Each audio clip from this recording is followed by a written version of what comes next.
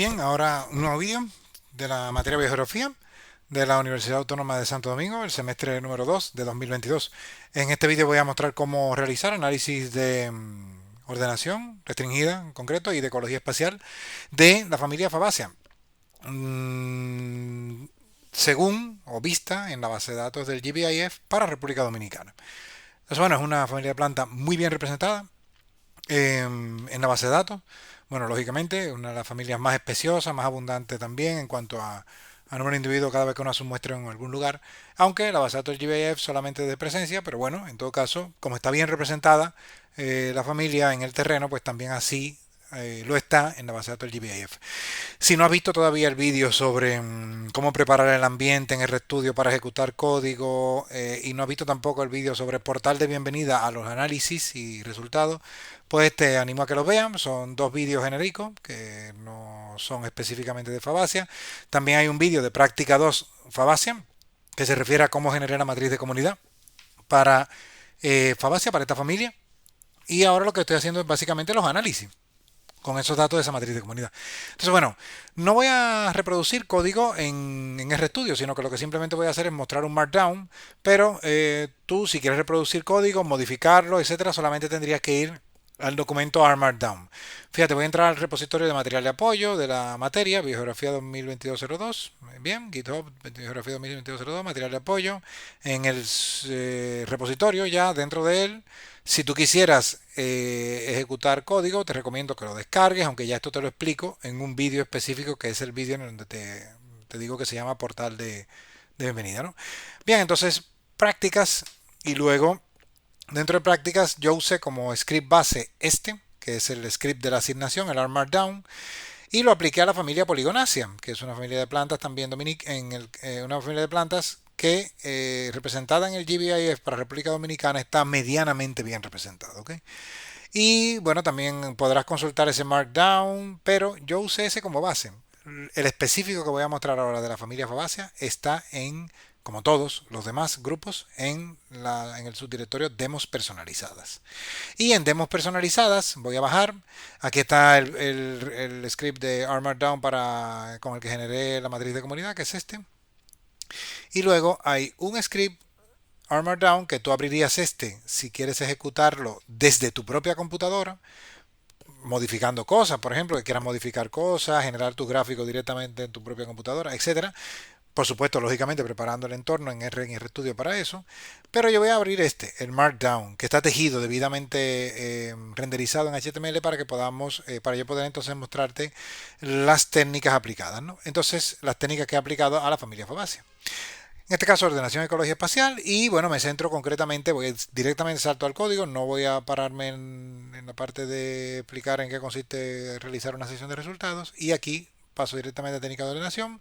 Como siempre digo, esto está basado en un repositorio originalmente que hice de script de análisis para Barro Colorado, para la ley de Barro Colorado. Unos scripts que funcionan además muy bien y que puedes ver además ejecutados en el canal de YouTube Pelempito 1, concretamente la lista de reproducción Ecología Numérica con R. Entonces, bueno, nada, vamos a ver eso mismo, pero aplicado a unos datos que son ligeramente diferentes, porque son registros de presencia de GBIF, están sesgados. Aunque para el caso de la familia Fabaceae, la verdad es que no hay muchos problemas, pero bueno, ahí está. Bien, aquí lo primero que hago es ejecutar un bloque o un conjunto de bloques de código, esto llega bastante más abajo, eh,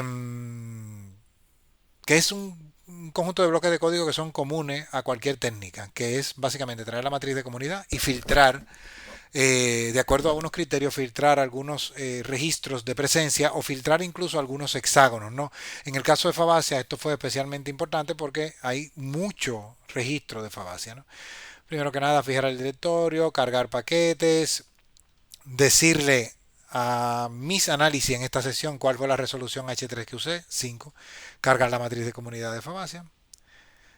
Esto me dice que tengo 236 de 291 hexágonos, resolución 5, hay 236 con Fabaceae, muchísimo. O sea, en casi todos los hexágonos está representada la familia. Y hay 358 especies. Es esta lista enorme. Bueno, no voy a entrar en el detalle. Vale, ok, sigo hacia abajo. Y aquí están los géneros. Probablemente hay algunas cosas que no sean género ahí, ¿ok? Pero esos son los géneros representados y los géneros en función de cuántas especies tiene cada uno representado en la base de datos del GBIF. Por ejemplo, Senna tiene 24, Mora tiene 2, etcétera, ¿no? Ah, bien, entonces sigo por aquí por de preguntarle ahora en cuántos hexágonos está representada cada especie y lo interesante, bueno, por ejemplo, Cajanus cajan, eso es guandul, me parece recordar, está representado en 36 hexágonos. Bien, no es interesante quedarse con, son 200 y pico de hexágonos. Aquellos hexágonos, o sea, son, perdón, son 300 y tantas especies, me parece recordar, ¿no? Aquellas especies que tienen eh, que están solamente en un hexágono, no nos van a dar ningún efecto. O sea, no nos van a presentar ningún efecto interesante de acuerdo al análisis de ordenación. Entonces, ni siquiera las que están en uno, las que están en dos, las que están en tres, no nos interesan. Con una familia que está tan bien representada, mejor nos quedamos con aquellas especies que están representadas, por ejemplo, por un número, en un número grande de hexágonos, para poder obtener patrones. Porque si nos quedamos con todas las especies aún estando representada nada más en un único hexágono, vamos a tener muchas dificultades para hacer un análisis de agrupamiento, ¿no? Entonces, bueno, nos quedamos con especies que estén representadas en 10 hexágonos o más. Si quieres quedarte incluso con especies que estén representadas en más hexágonos todavía, resumes mucho más tu matriz, lo único que estarías trabajando únicamente con unas especies que son las mejor representadas en GBIF. Bien, bueno, este bloque de código hace eso, me he quedado solamente con las que están en 10 o más hexágonos. Y luego aquí, a partir de aquí, me quedo con los hexágonos, no con especies. Ahora voy a filtrar los hexágonos por un criterio. Los hexágonos en función de cuántas especies hay en cada uno. Entonces el criterio que voy a utilizar es hexágonos que tengan 5 o más especies. Como una familia tan bien representada, me voy a quedar únicamente con los hexágonos en donde hay 5 o más especies debidamente representadas. Bien, eso filtra mucho la matriz. Luego al final aquí hago una tabla de equivalencia, ¿no? De el nombre, bueno, lamentablemente se fue a la hacia abajo, pero uno aquí, esto que dice poli eh, Poitea galegoides, es este uno de aquí. Bueno, te puedes llevar esto a una hoja de cálculo. Aquí se vio así en el tejido, pero originalmente cuando lo tejía en R no pasaba eso, ¿no? Bueno, esa es la tabla de equivalencia de nombres largos, nombres cortos. Los nombres abreviados son muy útiles para el análisis de ordenación. Luego hago una transformación de la matriz, explico aquí a qué se refiere eso. Y finalmente genero una matriz ambiental. Todo hasta ahora había sido la matriz de comunidad. Ahora viene y empieza la matriz ambiental. Y bueno, esto lo que hace es fundamentalmente traerla de un repositorio y luego al final hace una comprobación de que los nombres de fila, es decir, los nombres de hexágono, coinciden entre matriz de comunidad y matriz ambiental. Aquí finaliza este bloque de código que es preparar las matrices de comunidad y ambiental y esto es común a todos los análisis. Bien, entonces ahora voy a hacer el análisis de ordenación. Para esto lo que voy a usar es una función de entrenamiento. Una función de entrenamiento que se llama train de un paquete llamado caret. Esa función yo la metí dentro de una función que después yo construí también. Esta función es mía, myTrain, y yo lo que metí ahí dentro fue la función train del paquete caret para entrenar un modelo en donde un modelo que me diga que me encuentre las variables predictoras de la composición de especies de Fabaceae para mi matriz filtrada, ¿no? Y entonces yo le voy a pedir que únicamente lo haga para dos grupos de variables, las variables de cobertura de la Agencia Espacial Europea y las variables bioclimáticas de Chelsea. Le voy a pedir que construya ese modelo y no voy a entrar en el detalle aquí de esto porque el vídeo sobre técnica de ordenación explica esto con más detalle, ¿no? Y al final el modelo, según me dice el resultado, indica que las variables predictoras de las múltiples que hay, que son muchísimas, en esos dos prefijos son muchísimas las variables que hay, eh, me dice que las que más importan no son tanto las bioclimáticas, sino más bien las de cobertura. En este caso, el porcentaje de herbazales, el porcentaje de matorrales y el porcentaje de bosques en cada hexágono está probablemente teniendo un poder explicativo sobre la composición de plantas de la familia Fabaceae.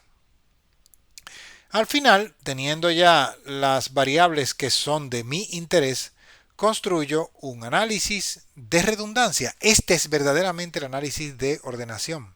Y ese análisis de redundancia lo voy a basar en aquellas variables en donde yo encontré que había un efecto importante, ¿no? Entonces el análisis de redundancia para estos datos de GBIF y sobre todo usando matrices que son extremadamente grandes como las que tenemos nosotros, siempre vamos a tener una proporción de la inercia muy baja explicada. Se supone que tendríamos que tener unos valores mucho más altos, pero aquí tenemos 0.08.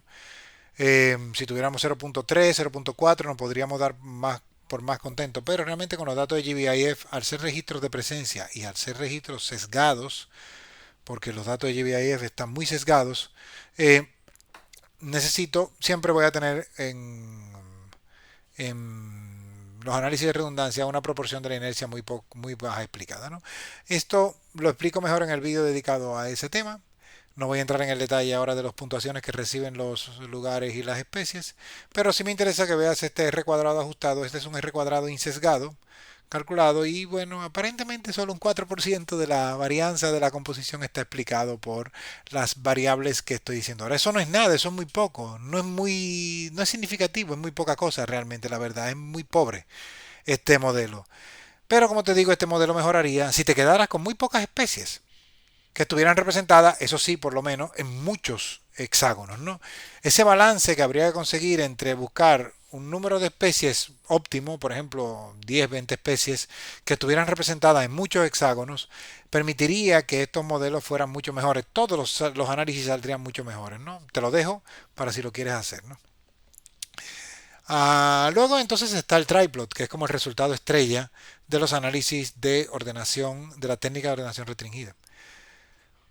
Este grupo de especies está probablemente asociado con este vector. Allí donde haya una proporción importante de herbazales aparecerán estas especies.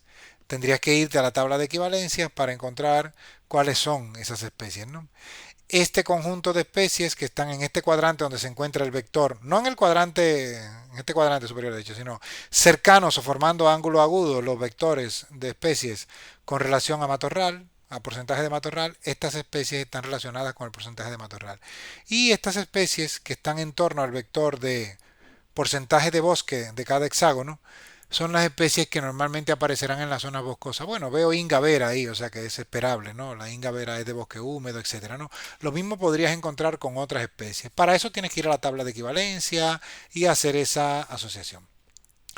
Paso ahora al análisis de ecología espacial. El análisis de ecología espacial también tiene unos videos específicos y un repositorio y un script de repositorio. ¿Por qué hice el análisis de ordenación? Porque el análisis de ordenación ya me está diciendo resultados que yo debería encontrar de manera consistente en los análisis de ecología espacial. No es que sea obligatorio hacerlo, pero te lo recomiendo porque te va a dar muchas pistas a la hora de hacer tu análisis de ecología espacial. Entonces, bueno, el video 21 de esa lista de reproducción que está aquí en este vínculo te lo muestra, y este repositorio, que es el repositorio de BCI, te muestra el que yo hice para los datos de BCI, te muestra un montón de resultados también sobre ecología espacial. No voy a ejecutar ahora la parte común de código, porque es exactamente igual a lo mismo que está ahí arriba, donde pone finaliza. Este código es exactamente igual a la parte superior, repetido realmente. O sea que bueno, lo estoy repitiendo para que los análisis sean autónomos entre sí. Voy a seguir bajando. Bien.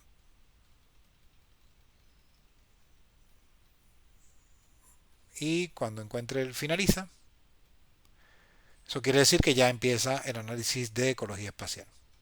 Bien, entonces el análisis de ecología espacial, todo este texto probablemente no se refiere a Fabacia, casi seguro que no. Este texto fue extraído del script fuente, y el script fuente, recuerda que yo usé Poligonacia. Bien, ahora voy a volver a poner los nombres a las matrices de comunidad, tanto la transformada como la original, le pongo los nombres originales, no los nombres abreviados, ¿no? Bien, entonces ahora cargo paquetes específicos para análisis de ecología espacial. Y unas cuantas funciones, y luego construyo lo que se conoce como un objeto de vecindad y un objeto de pesos para el análisis espacial. La idea es poder estudiar en el conjunto de los hexágonos de República Dominicana dónde se encuentran las zonas de concentración de determinadas especies o las zonas de concentración de determinadas variables ambientales. Esas zonas de concentración donde coincidan esas variables van a tener poder explicativo sobre las variables ambientales, van a tener un poder explicativo sobre esas variables respuestas que para nosotros las especies, ¿no? Por lo tanto, donde haya, la expectativa que tengo ahora es que las variables de la ESA se concentren en lugares donde se concentran la distribución de muchas especies, ¿no? De las que aparecen en el análisis de ordenación. Bien, entonces ahora, bueno, paso esto un poco más rápido porque esto es la parte de construir el objeto de vecindad, etcétera, ¿no? Y luego aquí lo que hago es hacer un análisis de la autocorrelación espacial a través del índice de Moran, que es un índice de análisis de autocorrelación espacial, que me va a indicar en cualquier lugar donde yo encuentre para cada especie en este caso, en cualquier lugar donde yo encuentre un orden de vecindad, cada fila es un orden de vecindad, eh, donde yo encuentre un símbolo de que es significativo el índice de Moran, y esto se marca con un asterisco, me dirá que al menos en el orden de vecindad 1 hay una autocorrelación espacial de la presencia de Poitea galegoides importante. Y así para cada una de las especies, ¿no? Verás que solamente en algunos casos aparecen estos asteriscos. Por ejemplo, esta está correlacionada únicamente en el primer orden de vecindad. Significa que un hexágono tiene una alta concentración de Canavalia rosea. Los hexágonos que quedan justo un orden de vecindad hacia afuera, o sea, los hexágonos que los rodean a ese hexágono central, están también con altos valores. Y de ahí en adelante ya no tiene altos valores de presencia de la variable. Casi ninguna variable, como casi ninguna, perdón, la variable, la especie, casi ninguna otras especies, casi ninguna especie está presentando autocorrelación espacial, por ejemplo, desde el orden de vecindad 1 hasta el orden de vecindad, por ejemplo, 4 o 5. Pero encontraremos algunas que sí lo están, ¿no? Estas tienen, cuando están representadas por un punto, es porque sí hay significancia, pero a un nivel de significancia mucho más inseguro, ¿no? Vamos a ver alguna especie que tenga asteriscos en al menos varios órdenes de vecindad, pero de manera continua. Vamos a ver, por ejemplo, si encuentro alguna. Por ejemplo, esta. Caliandra pedicellata. Caliandra pedicellata tiene seguramente muchos hotspots, es decir, áreas en donde ella en hexágonos aparece en un hexágono, en los que lo rodean y luego o sea, en los hasta 3 órdenes de vecindad superiores. No esperamos que las especies estén en muchos órdenes de vecindad porque estamos trabajando con resolución 5, pero el hecho de que Caliandra pedicellata esté hasta el orden de vecindad 3 nos dice mucho. ¿Ok?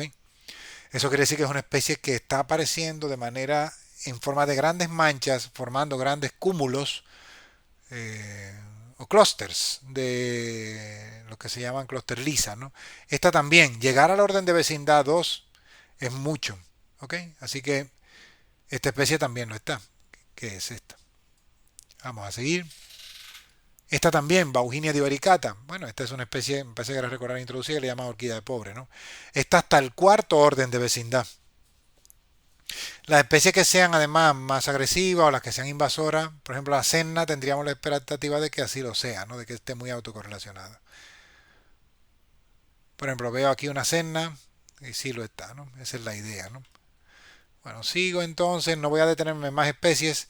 Los gráficos realmente salieron muy apiñados porque son muchas, la verdad. Lo que te recomiendo es que ejecutes esto posteriormente en R y que lo puedas ver para que puedas insertar esos correlogramas. Esos correlogramas lo que van a mostrar es el descenso del índice de Moran de manera gradual cuando la autocorrelación sea muy alta, ¿no?